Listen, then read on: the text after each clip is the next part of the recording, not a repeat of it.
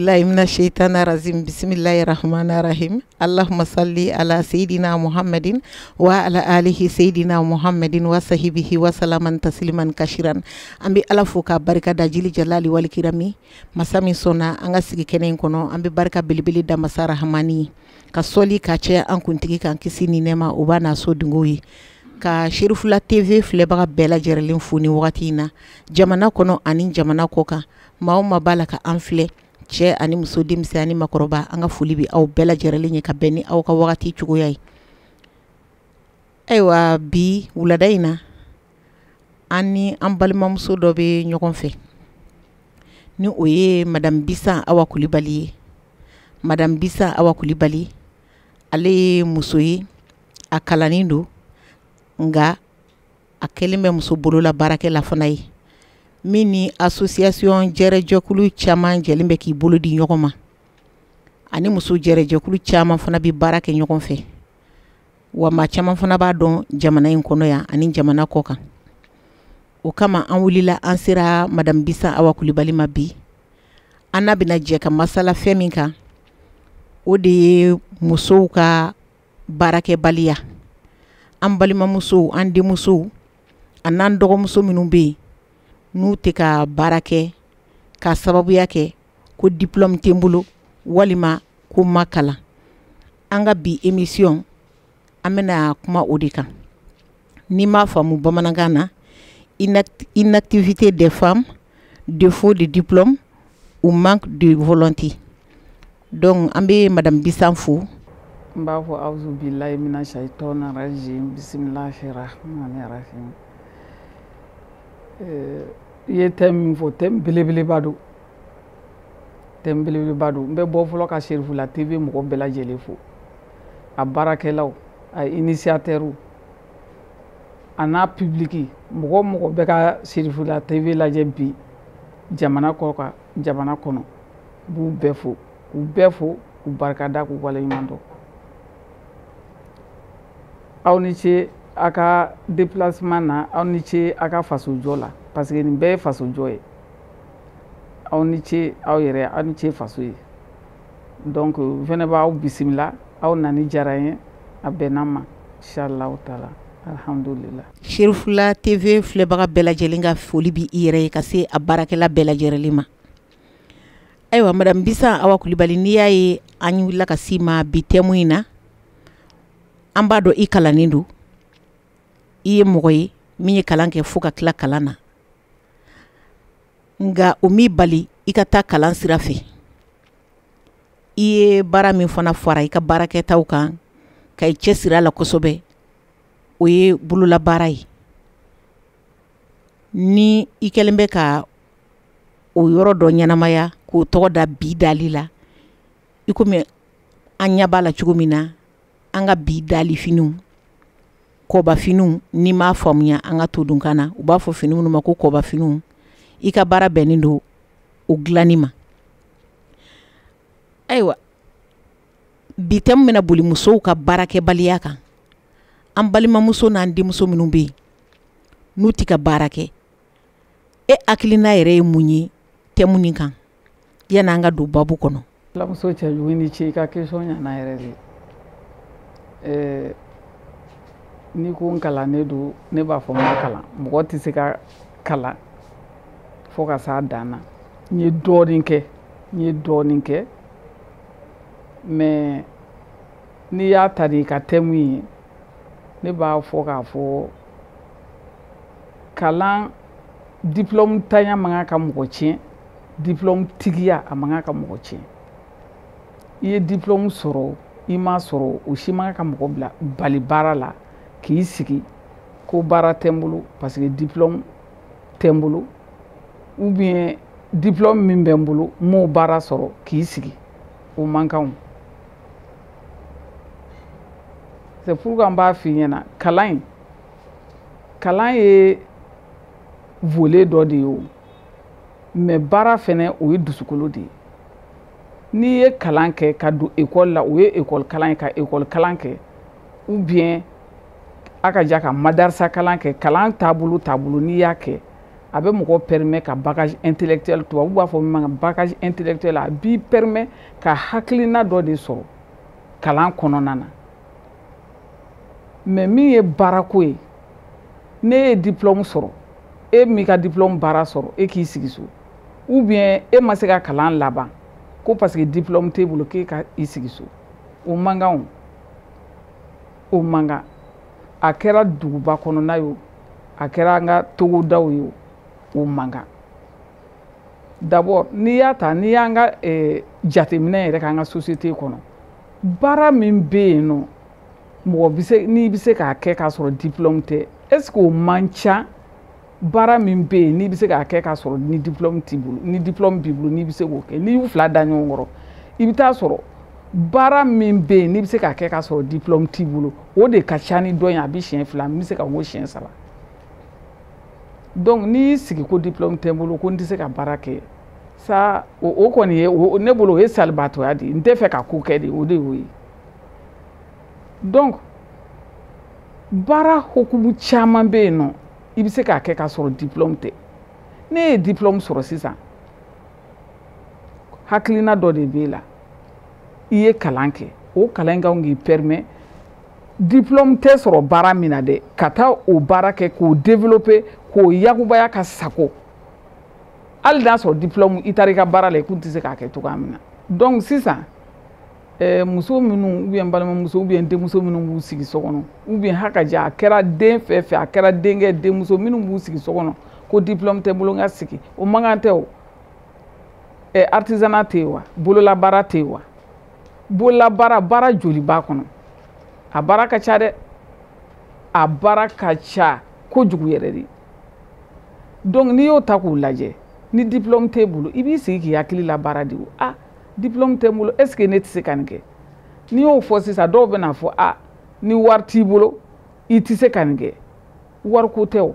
wariko t'a bɛɛ ye o e k'a daminɛ fitinin na bani n b'a ta hali ne yɛrɛ bɛ domaine min kɔnɔna na i y'a fɔ k'a fɔ ko ne bɛ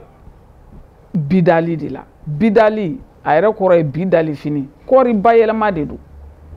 ne tilala kalan na ne ma taa ko wɛrɛ kɛ o ne ye kɔɔri bayɛlɛma wa ka taa bayɛlɛma ni cogoya wɛrɛ la bolo la parce que n y'a kanu baara ye kanu de ye n'i ye baara o baara kanu hali n'a y'a sɔrɔ e b'a ɲɛna baara ɲɛnama tɛ n'i y'a kanu k'i dɔgɔ don a la i b'a ɲɛɲini o cogo di a bɛ développer cogo di a bɛ taa ɲɛ i b'o ɲɛɲini fo ka s'a dan na o ɲɛɲini de senfɛ e yɛrɛ fɛnɛ bi i ka lahalaw sɔrɔ a la e fɛnɛ bi yiriwa i fɛnɛ bi tɔgɔ sɔrɔ i bi jamu sɔrɔ i bi bonya sɔrɔ i bi danbe sɔrɔ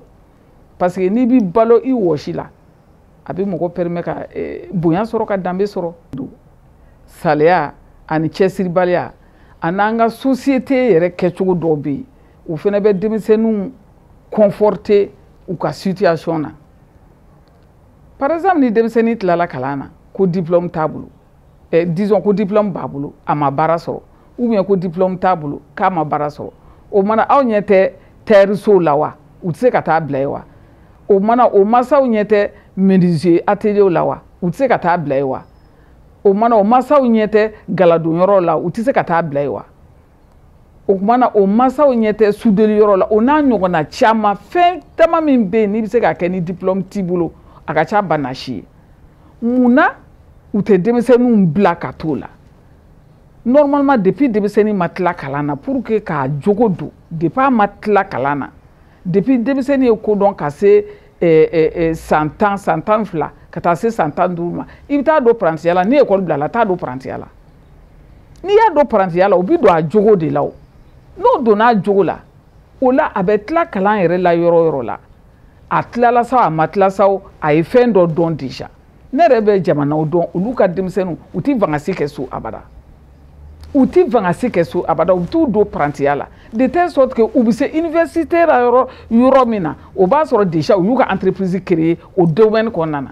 i bɛ taa sɔrɔ u ye diplôme sɔrɔ min na u b'o baara sɔrɔ u bɛ tila ka entreprise gérer u ye min daminɛ parantiya la depuis u fitinin tonso k'u tɛ o denmisɛnnin n'a ka kɛnɛ bana wɛrɛ t'a la i b'a bila parantiya la yɔrɔ dɔ de la a banna donc ka to so k'a fɔ ko baara tɛ n bolo c'est pas normal c'est pas du tout normal Ayiwa an ye o fana faamuya e yɛrɛ hakilina ye mun ye muso baarakɛbali kan? Muso baarakɛbali bɛ fɛrɛ a yɛrɛ de ma. Muso baarakɛbali ne y'a kɛ baarakɛbaliya ye k'i to so. M'a fɔ ni cɛ banna k'i tɛ taa baarayɔrɔ la dɛ, parce que cɛ dɔw an ka société kɔnɔ cɛ dɔw b'a fɔ muso tɛ baara kɛ, nka n t'o o ma. Mais cɛ m'a ban e ka taa baara la, e k'a ban e yɛrɛ ko n tɛ taa baara kɛ parce que n dumuninen don, fini bɛ d'i ma, dumuni bɛ d'i ma, i mana fɔ fɛn fɛn o bɛɛ bɛ d'i ma, k'i ban ka taa baarayɔrɔ la. Bi ka di i bɛ sini dɔn wa? Bi ka di i bɛ san 10 kɔnɔna dɔn wa? I bɛ san 20 kɔnɔna dɔn wa? E b'a dɔn e bɛ kɛ cogo min na. E b'a dɔn hali o cɛ min bɛ taa baara kɛ ka na e ladon, e b'a dɔn o bɛ kɛ cogoya min na. E b'a dɔn o ka baarakɛw bɛ kɛ cogoya min na. N'o taara retraite la don min ni e y'i sigi, retraite sɔrɔ ani bɛ baara la o sɔrɔ tɛ kelen ye. Ni e y'i sigi k'e tɛ fɛn kɛ, est ce que retraite sɔrɔ de bɛna se ka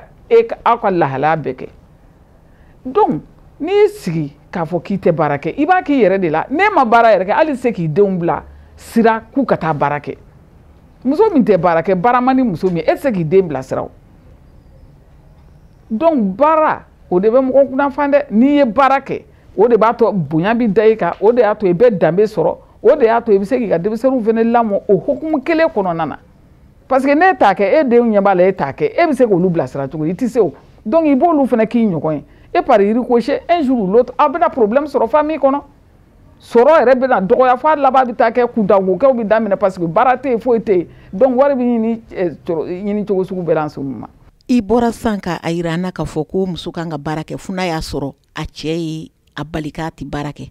Ayiwa e bɛ se ka mun fɔ an balimakɛw ye an'an denkɛw musow ka baarakɛbaliya fana la? Sabula diɲɛ don ka ca. Ne kɔni bɛ ladilikan mɔgɔ mana kɛ dans la famille mɔgɔ kan ka ɲɔgɔn dɛmɛ de. Cɛ bɛ muso dɛmɛ, muso bɛ cɛ dɛmɛ. Hali n'a taara mariage yɔrɔ la, a bɛ fɔ ni sɔrɔ bɛ muso la, a kan ka cɛ dɛmɛ. A bɛ dɛmɛ cogo di ni muso ni sɔrɔ t'a la n'a tɛ foyi kɛ? Muso yɛrɛ ka sokɔnɔ baara yɛrɛ ka ca. Ni cɛ yɛrɛ sɔnna muso ka taa dege baara la dɔrɔn sokɔnɔ baara caman bɛ yen. Taariya filɛ nin ye muso bɛ se k'a kɛ sokɔnɔna na. N'a sera taariya la sokɔnɔ n'i ye machine kelen san ka d'a ma, a b'a ka kalali kɛ yen. Ni mɔgɔ y'a dɔn k'a bɛ se, u b'a sira taama yen. O ka bɔ yen nɔ. An ka jabida in filɛ nin ye, o ye bololabaara dɔ ye. O ye sokɔnɔ baara ye. Mɔgɔ bɛ wuli ka taa jabidala fɛ yen nɔ, ka taa ka t'u sen da. Jabidala dɔw yɛrɛ bɛ se ka 1000, 1500 sɔrɔ tile kɔnɔ. O jate minɛ kɛ, hali minnu bɛ bureau kɔnɔ o b'o sɔrɔ. O ka bɔ yen nɔ, bololabaara sɔgɔli baara ninnu caman bɛ yen nɔ. Ka daranw sɔgɔ, ka pendeluw sɔgɔ, ka bomnaw sɔgɔ. O bɛɛ bɛ se ka kɛ sokɔnɔna na. Mais cɛ ka sɔn a ka taa dege a la, ka sɔrɔ ka na sokɔnɔ k'a installer. Sokɔnɔ baaraw bɛ yen nɔ. Mais n bɛ min di ladilikan di mɔgɔw ma, o kɔni ye dukɔnɔden bɛɛ ka dɔɔni dɔɔni ɲini, o de ka fisa du ma dɛ. O de ka fisa cɛ fara muso kan ani fara denmisɛnnin kan. O de ka fisa dɛ. Ni bana wɛrɛ t'i la, a cɛ ka ɲi bɛɛ ka dɔɔni dɔɔni kɛ. Le fait même ka baara kɛ a bɛ kɛnɛya di farisogo yɛrɛ ma. Sɔrɔ yɛrɛ k'i bɔ a la, ni mɔgɔ mɔgɔ y'i sigi, e bɛ dumuni kɛ, i tɛ foyi kɛ, k'i sigi ten, su kuru, tile kuru, bana dɔ b'i sigi la, o b'i sɛgɛn dɛ. Donc lamaga yɛrɛ ka ɲi adamaden ma. Tiɲɛ don musow bɛ tobili baara kɛ, u bɛ tobiliw ni fɛnw kɛ. Mais n'i bɛ dɔɔni kɛ a bɛ mɔgɔ kunnafoni quoi, a ka ɲi. Ayiwa an b'i fo k'i waleɲuman dɔn. An y'a yira u la k'a fɔ an ni madame Bisa Awa Kulibali an n'ale de bɛ ɲɔgɔn bolo bi ka kuma fɛn min ye musow minnu sigilen bɛ k'u fari faga n'u tɛ ka baara kɛ bi émission a bɛ ka boli o kan. Madame Bisa, e yɛrɛ ka jateminɛ kɛra mun ye muso baarakɛla ni muso baarakɛbali ni ɲɔgɔn cɛ? E ka jateminɛ bolila mun kan? Muso min bɛ baara kɛ ani min tɛ baara kɛ, sɔrɔ la a tɛ kelen ye. I n'a ye a bɛ fini dɔw don e tɛ se k'o don. I n'a ye a bɛ sabara dɔw don e tɛ se k'o don. I n'a ye a b'a denw, hali a denw ka école sara, ni gɛlɛya kɛra a cɛ la a b'o sara, e tɛ se k'o kɛ. Parce que ni e ma o kɛ, ne cɛ ni gɛlɛya b'o la, i na wuli ka don i balimaw kan, i na wuli ka don i teriw kan, i na wuli ka don i limanaw kan, a ye n dɛmɛ, n den nin kɛnna ka bɔ école la, a bɛ tan. Mais min bɛ baara kɛ n'o cɛ sirilen don, o b'a cɛ sutura, a b'a denw sutura, a b'u ka école sara, a b'u ka fini san, a b'u ka komisɛnni caman kɛ k'a sɔrɔ cɛ ka intervention tɛ. O ne tɛ se ka kɛ kelen ye. A dɔw la e ɲɛ b'i b'o fɛ, i b'a fɔ nin cɛ bɛ ka fɛn caman kɛ, k'a sɔrɔ a yɛrɛ de ka cɛsiri don. Mais n'i yɛrɛ y'a lajɛ mɔgɔ kan ka keleya mɔgɔ la baara la, i man ka keleya mɔgɔ la ko parce que nin b'a bolo o man di a bɛ tan i b'i keleya tigi la a tigi ka cɛsiri la k'a ladege o la i yɛrɛ fɛnɛ a ye lafiya min sɔrɔ i fɛnɛ b'o sɔrɔ donc muso baarakɛla ni muso baarakɛbali kɔnɔ comparaison t'u ni ɲɔgɔn cɛ yɛrɛ u ka cogoyaw yɛrɛ tɛ se ka kɛ kelen ye. Komi i y'a fɔ i ka kuma kɔnɔ ko muso dɔw bɛ yen ko jabidala dɔw bɛ se ka 1000 ni kɔ sɔrɔ ko yali ko baarakɛla bɛ o sɔrɔ a i yɛrɛ y'a fɔ i ka kuma kɔnɔ i ye dɔ kɛ kalan na i ye dɔ kɛ biro kɔnɔnaw la i ye dɔ kɛ bolola baara yɛrɛ fana na ayiwa biro kɔnɔ baara ani bolola baara ni e yɛrɛ madame Bisa ɲininka jumɛn de nafa ka bon ka adamaden muso ka teli ka dɔ sɔrɔ min kɔnɔ. N'i ye ne yɛrɛ ɲininka min nafa ka bon n'a y'a sɔrɔ i bɛ baara min hokumu kɔnɔna na k'i ye ɲɛ sɔrɔ a la i y'a ɲɛɲini i y'a ɲɛ sɔrɔ a la ne hakili la bolola baara nafa ka bon parce que o ye yɛrɛ ko ye o ye yɛrɛ ta ye i ta i yɛrɛ ye i ka entreprise b'i bolo ou bien mɔgɔ b'a ɲɛna entreprise kɔrɔ i ka yɔrɔ dɔ dayɛlɛ ka t'i sigi a kɔnɔ non mɔgɔ ka entreprise bɛ se ka k'i bolo i yɛrɛ siso kɔnɔ e k'i sigi sisan e bɛ jabi da ou bien e k'i sigi sisan e bɛ broderie à la main kɛ kɔnɔ i ma nin ye nin i k'i sigi sisan k'i bɛ fɛn dɔ broder à la main mɔgɔ k'i dɔn n'o ye mɔgɔ bɛna ka na marché de d'e ma sokɔnɔna na o y'i ka entreprise de ye o y'i ka entreprise de ye donc o hukumu kɔnɔna na e bɛ se ka i yɛrɛ développer n'o ye i b'i yɛrɛ développer n'o ye i b'i ka cɛsiriw kɛ n'o ye i b'i ka sɔrɔw kɛ n'o ye donc i tɛ se biro kɔnɔ baara o dun na e bɛ sokɔnɔna na sa e bɛ bolola baara min kɛ i b'i ka tobili kɛ kɛrɛfɛ mɔgɔ bɛ i ye baarakɛla sɔrɔ i ma baarakɛla sɔrɔ i yɛrɛ ɲɛ b'i ka tobili la i b'i ka tobili kɛ i bɛ wuli cogoya waati min y'i ja i tɛ girin-girin ka taa kɛnɛma i bɛ wuli waati min y'i ja i bɛ taa sugu la waati min y'i ja i yɛrɛ b'i ka programme tracer cogoya la min bɛ bɛn i yɛrɛ ma mais n'a y'a sɔrɔ e bɛ biro kɔnɔ baara la biro kɔnɔ baara kɛla caman filɛ nin ye u bɛ wuli 4 heures du matin de 4 heures ou bien 5 heures du matin u bɛ wuli de k'u ka nadagaw sigi k'u ka naw tobi ka sɔrɔ ka taa ni mɔgɔ t'u bolo k'u ka na surveiller ou bien i taara biro la i de bɛ to hami na ten ne ka nin kɛra cogo di ne ka nin bɛ cogo di sokɔnɔna bi cogo di o hami yɛrɛ b'i la dɔw bɛ hali yɛrɛ tɛna se ka hali baara kɛ ka ɲɛ mais n'i ka fɛn i yɛrɛ b'i ka baara kɛ i yɛrɛ ka so mɔgɔ ka pression t'i ka fosi n'a développer i bolo foyi man di k'a bɔ ne ɲɛna o ye ne ka hakilina ye dɛ mɔgɔ wɛrɛ ka hakilina bɛ se ka di mais o kɔni ye ne ka hakilina ye. Ayiwa mɔgɔ fana i ka hakilina tuma dɔw la o de fana ye i yɛrɛ ka dɔnniya ye donc o de la ne yɛrɛ fana y'i ɲininka n'o ye n ko i yɛrɛ ka hakilina la donc jaabi diyara an ye nka an b'a ye anw fɛ yan dɔw b'a fɔ ko muso de ye ɲɛ n'i ma baara kɛ ou bien n'i ma kalan ni ye cɛ sɔrɔ a banna cɛ de b'i ka charge ta yali muso ka baara a jɔda belebele bɛ muso ka diɲɛnatigɛ la wa. Kojugu muso ka baara jɔda belebele de b'a ka diɲɛnatigɛ la an b'a ye an ka denmisɛnnin dɔw bɛ yen nɔ une fois que u ye cɛ sɔrɔ ka ban ala ye cɛ nɔgɔya ye ou bien u ye furu kɛ olu kun cɛsiri bɛ kalan ɲɛɲini min fɛ u b'o dabila u cɛsirilen k'u don bolola baara min fɛ u bɛ taa galadonyɔrɔ la sa u bɛ taa atelier la sa u bɛ taa yɔrɔ la jagokɛyɔrɔ la sa n'u kɔni u ye cɛ sɔrɔ ala y'u garisɛgɛ cɛ la dɔrɔn u b'u bolo jigin u b'u foso fasa o y'a bannen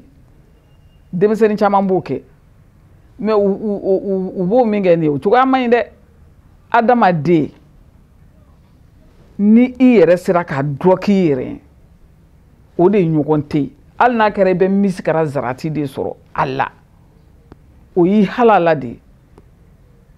o y'i halala de ye bi o y'i halala de ye sini i bɛ se k'i sago de k'o la wo de nafa ka bon i kan i k'i sigi ko karisa bɛna a di yan don o don ala kelen de bɛ se o la dɛ adamaden senni fila a mana kɛ cogo o cogo la don dɔ la changement bɛ don a la donc i ye kalan kɛ o i ma kalan kɛ o muso la baara dɔ ɲɛɲini i k'a kɛ a kɛra i bɛ taa kɛ kɛnɛma sa o a kɛra i b'a kɛ so kɔnɔ sa o e k'i jija e k'i dege baara dɔ la o de ye ɲɔgɔn tɛ ye o de ɲɔgɔn tɛ ye dɛ o kɔni ye ne ka ladilikan ye. nka madame Bisa diɲɛ dɔnsen ka ca an b'a ye an ka du kɔnɔnaw fana na baarakɛla ni baarakɛbali ka sigi o fana ye gɛrɛntɛ belebeleba ye o tuma na i bɛ mun fɔ olu fana cɛla kan. muso baarakɛla ani muso barakɛbali olu fana ka sigi gɛrɛntɛ dɔ b'o fana kɔnɔ. Gɛrɛntɛ belebeleba an ka dubaw kɔnɔ o gɛrɛntɛ barika ka bon bi muso baarakɛla caman bɛ yen o degun fana b'u kan olu bɛ taa baarayɔrɔ la ka minnu to so kɔnɔ n'olu tɛ taa baarayɔrɔ la a juguya n'a taga segin ka ca kojugu min bɛ taa baarayɔrɔ la ou bien a bari kɔnɔ baara kelen tɛ dɛ a kɛra se e bɛ bɔ ka taa sugu la o a kɛra se e bɛ bɔ ka taa atelier dɔ la o a kɛra se i kɔni bɛ bɔ da fɛ i bɛ taa baara dɔ la kɛnɛma e bɛ bɔ ka min to so kɔnɔ n'o tɛ fɛn kɛ a kuma ka ca dɛ a kuma ka ca surtout baarakɛla denmisɛnnin baarakɛla ko ta fan fɛ dɔw bɛ ɲɔgɔn ka baarakɛla kunna tiɲɛ karisa taara baarayɔrɔ la a ka baarakɛla bɛ so kɔnɔ o bɛ baarakɛla kɔnna su k'o kunna tiɲɛ k'o gɛn ka bɔ o ka baara la o t'o ka baara ɲɛ bilen ou bien i yɛrɛ k'i ka fɛn kalifa don dɔ la i ka fɛn dɔ bɛ se k'a tiɲɛ ne yɛrɛ y'a exemple dɔ ye ka muso ka na sisi k'a ka na sisi ta la a locataire tɔw ɲɛna musow ɲɛna u ma intervention kɛ daga tora ye k'a sisi fo k'a kɛ charbon ye o fana ka ɲi donc muso minnu bɛ bɔ ka taa cɛsiri la ka taa baara la généralement u fana hasidiya ni ɲɛngoyaw bɛ tugu u nɔfɛ minnu tɛ baara kɛ o sigi bɛ so kɔnɔ k'a sɔrɔ i bɛ se k'i to so kɔnɔ i bɛ se ka baara dɔ kɛ ni ala min garisigɛ diplôme na i yɛrɛ bɛ se ka baara dɔ kɛ donc a problème ka ca société kɔnɔ k'a ka ca. E madame Bisan yɛrɛ bolo baarakɛbaliya muso ka sigi k'i bolo da i sen kan dɔ bɛ n cɛ kun dɔ tɛ n cɛ kun yali i bɛ se ka kɔlɔlɔ sɔrɔ a la bi fo ka taa se sini ma wa o kɔlɔlɔw bɛ se ka kɛ mun ye. O kɔlɔlɔ yɛrɛ an tɛ se k'o citer ka ban baarakɛbaliya k'i sigi i tɛ fosi kɛ o kɔlɔlɔ ka ca kojugu a dɔ ye mun ye e tɛ baara kɛ e sigilen don a dɔ ye cɛ bɛ se ka problème sɔrɔ baarakɛyɔrɔ la a bɛ se ka taa chômage la a bɛ baara yɔrɔ min na u bɛ problème sɔrɔ u bɛ bilali kɛ cɛ bɛ se ka taa chômage la a dɔ ye cɛ bɛ se ka bana ko caman de b'a kɔnɔ n'o kɛra sisan e yɛrɛ tɛ ka fosi kɛ e b'i sigi sisan cɛ balimaw bɛ yan ou bien a teriw bɛ yan ou bien je ne sais pas i b'i jigi da mɔgɔ dɔw kan olu bɛ na dɛmɛ tiɲɛ don u kan k'i dɛmɛ société an ka société yɛrɛ baselen b'o kan dɛmɛ solidarité mɔgɔw b'i dɛmɛ a daminɛ na mais n'a sera yɔrɔ dɔ la a ma nɔgɔn dɛ n'a sera yɔrɔ dɔ la ɲɛ minnu bɛ tigɛ i la dɛ ɲɛw bɛ kun i kɔrɔ dɛ mais n'a sɔrɔ i yɛrɛ bɛ dɔɔnin kɛ dun a ka fisa mɔgɔ la i k'a fɔ karisa nin bɛ n bolo i tɛ nin dafa n bɛ taa nin lahala in kɛ n den ka école sara n den man kɛnɛ n bɛ taa nin kɛ nin bɛ n bolo a dafa ni nin ye mais don o don foyi t'e bolo e bɛ t'i jɔ mɔgɔ da la parce que i cɛ tɛ baara la i cɛ ye problème sɔrɔ e sigilen don e yɛrɛ m'i dege foyi la a ma nɔgɔn quoi donc kɔlɔlɔba de b'a la kɔni b'a ɲini musow fɛ quelles que soient les conditions i mana kɛ mɔgɔ sugu o sugu ye i cɛ sɔnna k'i kana baara kɛ a nɛgɛ a k'a to i ka sokɔnɔ baara dɔ kɛ sokɔnɔ baaraw ka ca mais fo a ka bɔ ka taa dege fɔlɔ voilà a kɛra kɛnɛma baara ye o i k'i jija i ka dɔ kɛ o de ka fisa quoi dɔ kɛ de bɛ mɔgɔ kunna fa dɛ a bɛ mɔgɔ kunna fa. Welekan laban min b'i bolo walasa wulada in na émission k'ale kuncɛ ka ɲɛsin an balimamusow ma kɛrɛnkɛrɛnnenya la an denmusow minnu kɛlen bɛ ka u sigi k'u bolo fila dɔw sen kan k'a kɛ komi u ka diɲɛ ni lahara bɛɛ tugura ɲɔgɔn na ka ban o tuma welekan jumɛn b'i bolo ka ɲɛsin olu ma. K'a fɔ ko baara tɛ u ye nkalon tigɛ dɛ ni min ko baara tɛ Mali la baara baden de bɛ Mali la a kɛra cɛmisɛnninw ye o a kɛra npogotigininw ye o baara bɛɛ yan hali cɛli t'a ban n b'o de f'u ɲɛna ni min ma sɔn ma o ka na n fɛ n bɛ baara yir'u la baara bɛɛ fan bɛɛ fɛ mais u sagona baara o de tɛ yen mɔgɔ tɛ se k'i sagona ko sɔrɔ kuma bɛɛ o ni ko n ye kalan kɛ diplôme min bɛ n bolo ni ma taa n sigi bureau kɔnɔ n tɛ baara kɛ o tɛ se ka ɲɛ o baara n delila ka musomanin 2 ye u bɛ yaala la u sera n ma ko baara t'olu bolo k'olu baara ɲini na k'aw bɛ mun baara ɲini na k'olu tun bɛ baara min na k'o tiɲɛna n ko tiɲɛna n ko mun diplôme b'aw bolo u y'u ka fɛn bɛɛ expliquer ɲɛna n ko aw bɛ quartier jumɛn na u ye quartier jan dɔ fɔ k'u bɛ yen n ko aw taamana ka bɔ yen ka na fɔ yan k'olu ye sotarama ta donc maintenant n ko aw bɛ chômage la sisan k'a bɛ mun kɛ aw bɛ yɔrɔ min na ne bɛ a fɔ aw ɲɛna n'a ma taa a ye taa don bolola baara dɔ la ka t'o parantiya kɛ n'a m'o kɛ n ko munna aw tɛ taa duw kɔnɔ n'a y'a sɔrɔ dukɔnɔmuso minnu bɛ yen nɔ n'olu mako bɛ mɔgɔ dɔ la ka nin fɛn in kɛ nin waati la finiko b'u la nasan b'u la ka taa ci wɛrɛ la e ka du 10 du 20 fara e ko o service sugu sɔrɔ kɔnɔ bani an y'a calculer ka taa sɔrɔ a tigi bɛ se ka hali 12 sɔrɔ kalo la u yɛlɛla u wulila ka tɛmɛ n'u yɛrɛ c'est pour vous dire que baara bɛ yen koyi mɔgɔ tɛ baara de fɛ denmisɛnw tɛ baara fɛ n bɛ min ɲini denmisɛnw fɛ u ka sabali baarakɛbaliya la u kana fɔ baara kolon tɛ yen o mɔgɔ kolon de bɛ yen y a pas de sot métier baara kolon foyi de tɛ yen baara o baara n'i y'a diya i ni ye k'i sɛbɛ don a ma i b'i ɲɛ sɔrɔ a la i bɛ ɲɛ sɔrɔ a la i bɛ tɔgɔ sɔrɔ a la o ka ca dugu in kɔnɔ bolola baarakɛlaw bɛ yen nɔ u ye taaɲɛ min sɔrɔ u ka bolola baara la a tɛ se ka ɲɛfɔ a ka ca a tɛ dan ka ban n kɔni bɛ ladilikan min di u ka bɔ ka taa dɔ kɛ a banna. An balima télécherifula filɛbaga bɛɛ lajɛlen jamana kɔnɔ ani jamana kɔ kan wulada in na ani madame Bisa Awa Kulibali an n'ale de tun bɛ ka jɛ ka masala musow ka baarakɛbaliya ale kan la émission tun y'o ye bi o tuma an bɛ bɛɛ fo ka bɛɛ wale ɲuman dɔn mɔgɔ bɛ ka Serifula TV filɛ ni wagati in na diɲɛ seleki 4 kana la an ka foli ni tanni o bɛ aw ye sanga ani waati bɛɛ lajɛlen na fɛn min ye Aseyidu Usumani Sherifu Madani Hayidara an b'a fo k'a ka denbaya fo k'a kanubaw bɛɛ lajɛlen fo diɲɛ bulonda bɛɛ lajɛlen kɔnɔ o tuma na an b'a fɔ aw ɲɛna ni Ala sɔnn'a ma an n'aw na ɲɔgɔn sɔrɔ yan dimanche wɛrɛ inshallah assalamu alaikum wa rahmatullahi wa ta'ala wa barakatuhu a k'an bɛɛ wagati wɛrɛ